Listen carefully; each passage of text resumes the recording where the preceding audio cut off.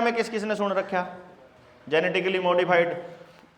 देखो इन लोगों ने क्या कहा, षड्यंत्र खेला आप लोगों के साथ। इन्होंने कहा कि हम एक इंडस्ट्री बनाएंगे।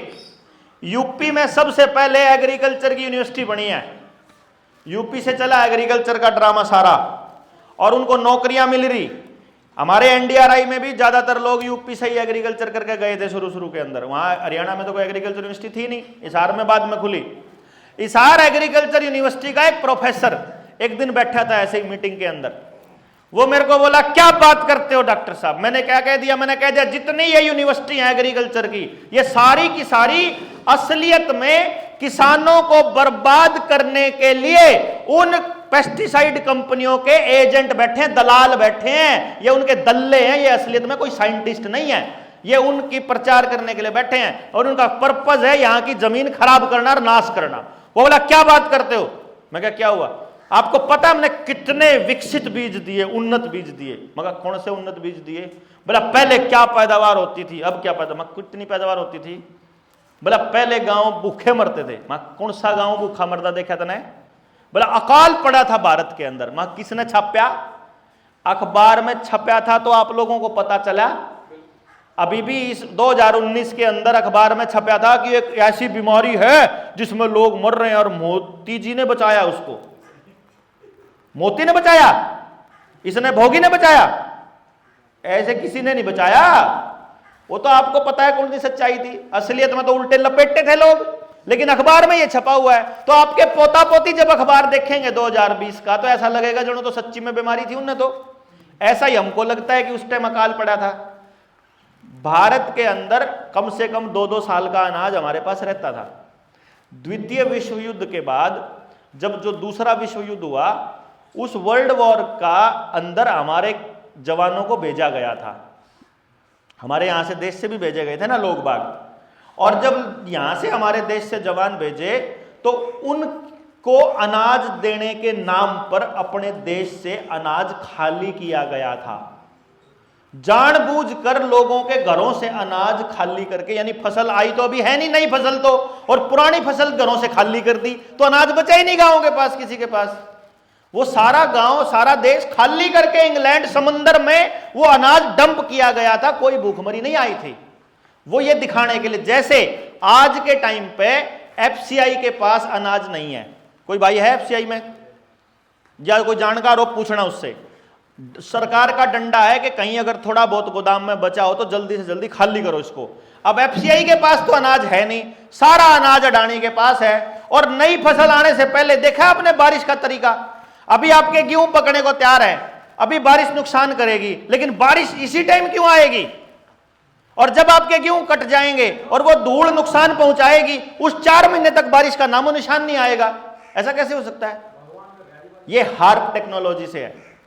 ये परमात्मा किसान के पीछे नहीं लगा हुआ, ये इंडस्ट्रीज किसान के पीछे लगे हुए हैं। इन्होंने पहले से ही 1965 से 60 के दशक में ये ऐसी टेक्नोलॉजी बना चुके हैं। ये चक्रवात भी ला सकते हैं, तूफान भी ला सकते हैं, बाढ़ भी ला सकते हैं, सूखा भी ला सकते हैं, और भारी बारिश भी ला सकते हैं। इनको पता है कि ये जब चाहे मौसम के अंदर बदलाव करते हैं। ये मौसम में तभी वैसा बदलाव करते हैं जब इनको किसान बर्बाद करना होता है।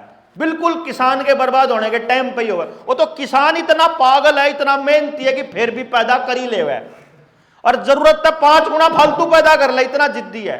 ये जिद्दपना तोड़ने के लिए इनको बचपन से इंजेक्शन लगाए जाते हैं कि इनको सबको नपुंसक बनाओ, हरामियों को, तब जाकर निपटेंगे हैं, तब मानने गए हैं। ये गांव के गांव तोड़ो, इनके इकट्ठे होने का रिवाज खत्म करो इनका, तभी इन लोगों को काबू किया जा सकता है, और काबू करने का कोई तरीका नहीं है। और उसी के लिए जिनको ये उन्नत बीज बोलते हैं, मैंने उस साइंटिस्ट से पूछा, मगर कौन से उन्नत बीज? विकसित बीज बोलता है। परमात्मा, तुमने कौन सा बीज विकसित किया? बोला हमने यो गेहूं का बीज विकसित किया। बना भी देगा तू गेहूं का बीज? गेहूं बना भी देगा क्या तू लैब में? गेहूं, जीरी, सरसम या कोई और बना भी सका है क्या लैब? बना नहीं सकती जी। इसका मतलब बनाने वाला तेरे से ज्यादा बड़ा साइंटिस्ट है। क्यों भाई? बनाने वाला तेरे से ज्यादा बड़ा साइंटिस्ट है, जिसको आप परमात्मा कहते हैं।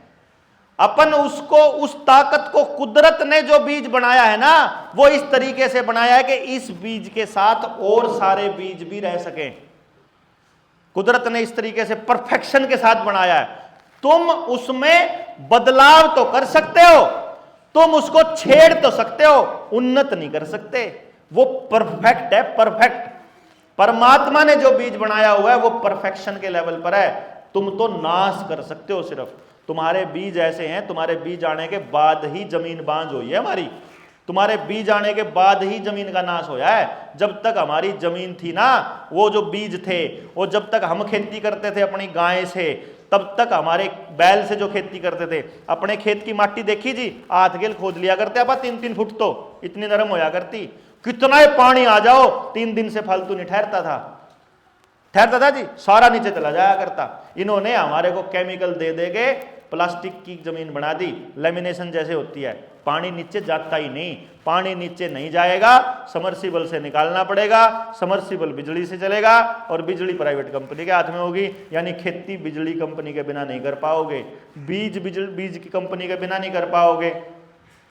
क्यों जी? बिजली इनकी, पानी इनका, मोबाइल इनका, ट्रांसपोर्ट इनका, रेलवे इनकी, एयरपोर्ट इनके, रेलवे स्टेशन इनके, बस स्टैंड इनके, बिजली घर इनके, आप बैंक इनके, पैसा भी इनका, मंडी भी इनकी, आपका क्या है? स्कूल भी इनके।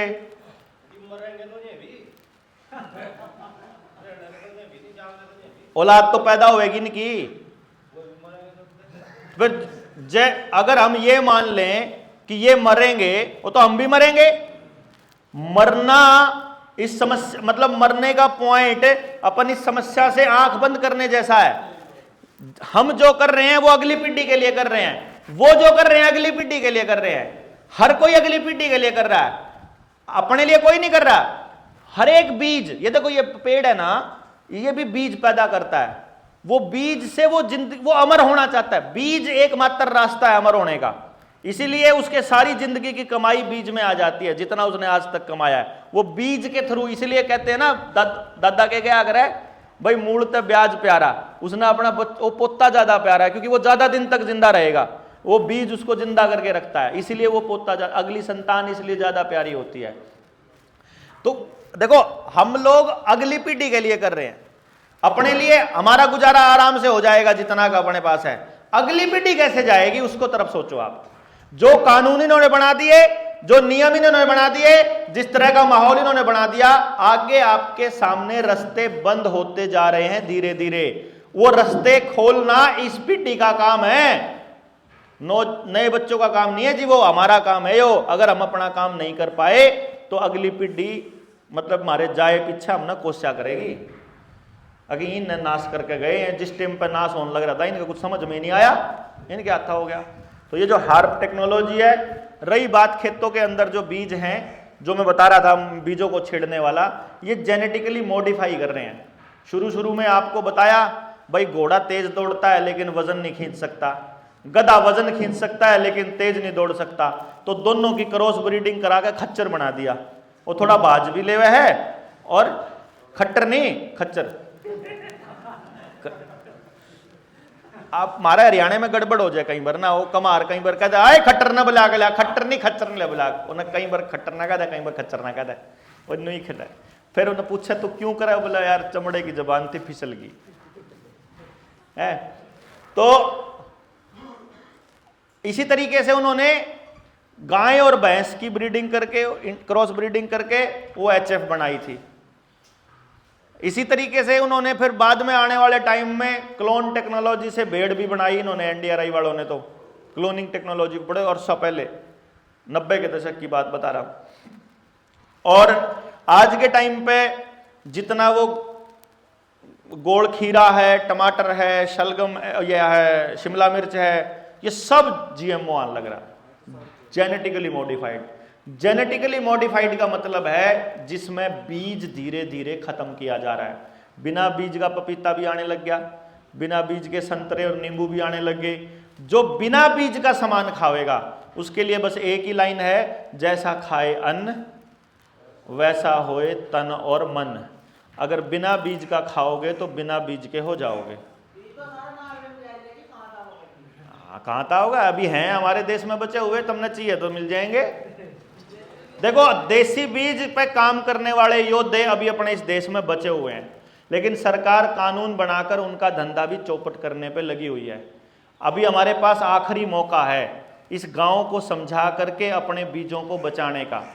आज हम अपने खेत में काम करने लगेंगे, 3 साल लगेंगे अपनी खेती को दोबारा से वैसी लाने में। और हमारे पास ऐसे साथी हैं जो अपनी खेती इस तरीके से मॉडिफाई कर देंगे कि पहली बार में ही पूरी पैदावार होएगी और केमिकल कोई डालना नहीं पड़ेगा।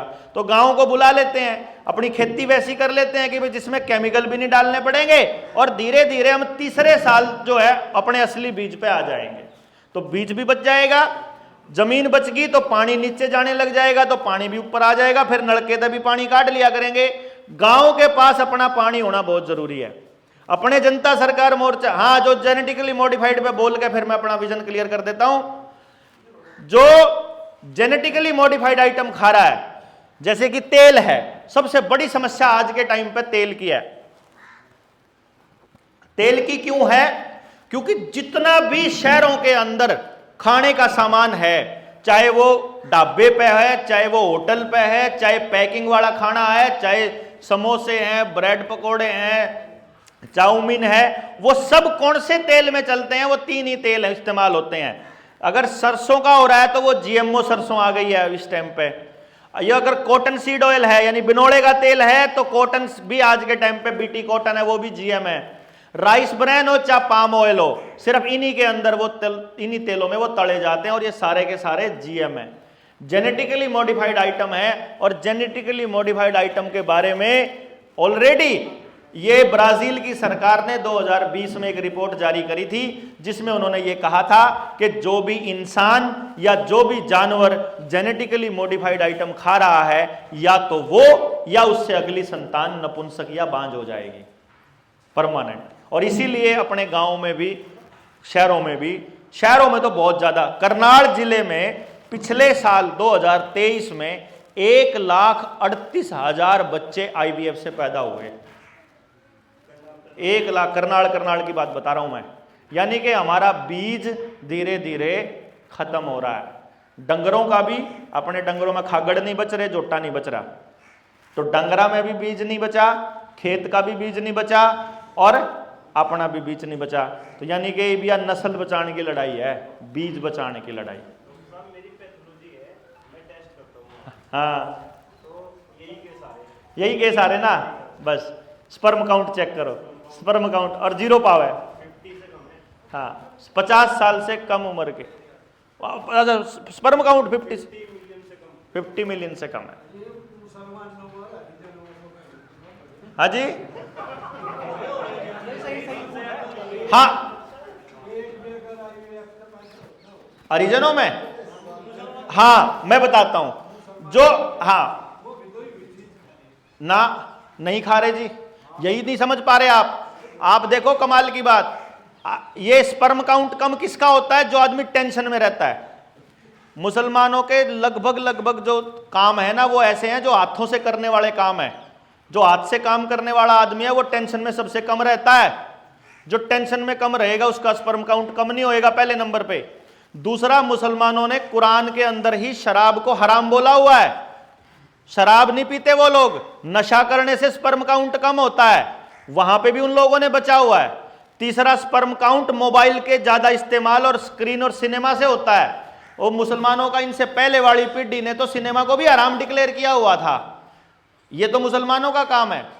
दूसरी बात बची, जो आपने हरिजन शब्द यूज किया, ये जो अपने गांव के, आपका कहने का मतलब असल में गरीब लोग था, जो आप कहना चाह रहे थे ना, गांव के जो गरीब लोग हैं। गांव के और शहर के गरीब आदमी की खासियत क्या होगी?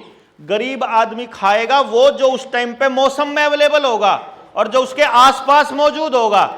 जो उसके आसपास बिटोड़े पे पा जाएगी सब्जी, खेत में किसी के तो तोड़ के लिए आया, किसी के खेत में तो साइड में तो काट के लिए आया, वो कम से कम पैसे में मौसमी चीज खाता है। जो आदमी मौसमी चीज खाएगा और देसी खाएगा उसका नहीं कम होएगा।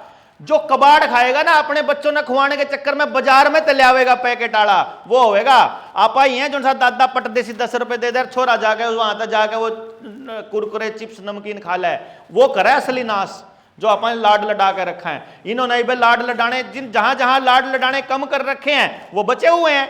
और मुसलमान तो बहुत बढ़िया काम कर रहे, हमारे हिस्से का अपने बीज बचाने लग रहे अगले, हमारे पे तो रहे नहीं। हमारे दादार का भी तो 8-8 10-10 औलाद थी नहीं, आज भी सिलबट्टे में पीस के मसाला खान लग रहा है वो तो। मैं ये बताने लग रहा हूं, मेरे दादाजी का 8 औलाद थी, कुछ नहीं कम था, 8 की 8 रोजगार वाली थी, 8 की 8 के हाथ में काम था। मारे एक उन्हें नहीं काम मिल रहा, क्योंकि हमने समाज से तोड़े। वो समस्या रोजगार की ज्यादा जनसंख्या की नहीं है, ये बात ध्यान देना। आपको मुसलमानों का और उनकी जनसंख्या का हवाला दे करके आपको डराया जाता है, और ये प्योर झूठ है। मां के लिए औलाद कभी बोझ नहीं होते।